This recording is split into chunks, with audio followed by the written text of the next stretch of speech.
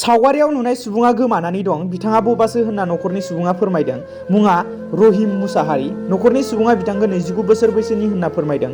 बिथांखौ क'क्राझार जिल्लानि सिङाव थानाय दतमा गफालगाव गामिनि होनना बुंदों। पस्ट अफिसआ बनरगावआव गोग्लैयो। न'खरनि मानसिया फोरमायनाय बायदिब्ला बिथांखौ क'क्राझारावनो दं बायदि होनना फोरमायदों। मानो होनना बुङोब्ला न'खरनि सुबुङा जोंनि सिगाङाव क'क्राझाराव सोरबा नुदोंमोन होनना बुंदों। बिनिखायनो जुदि क'क्राझारनि सुबुंफोरा आरो नोंथांमोना नुदोंब्ला हमनानै दोनबानो जाबाय बा जोंखौ कन्टेक्ट खालामनो हागोन आरो लोगोसे बिथांनि न'खरनि नाम्बारखौ डिसक्रिपसनाव होना होगोन। अन्नानै शेयार खालामना हो जाहाथे बिथां गोमानाय सुबुंखौ मोनफिननायाव मदद खालामो।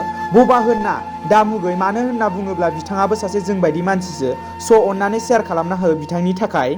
भारत हादरनि थाखाय दुखुनांथाव खौरां। हादोरनि मुंदांखा देंखोगिरि लता मंगेशकर बिथाङा 92 बोसोर बैसोआव महामारि कर'ना भाइरासनि गाग्लोबनायाव दिनै अरायसमनि थाखाय बे बुहुमखौ नागारनानै थांबाय।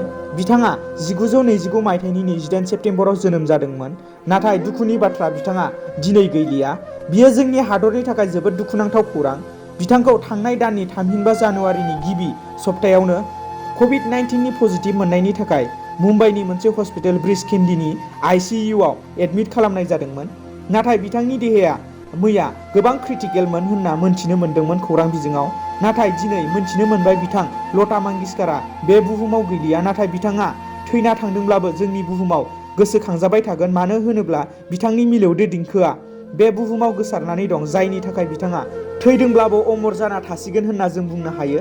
जोंनि टाइम्स अफ बड'लेण्डनिफ्रायबो बिथांनि जिउमाया गोजौआव आलो गोजोनै थानो हाथों होनना जों गसाइनियाव आर'ज गाबबाय। गोजोन्थों।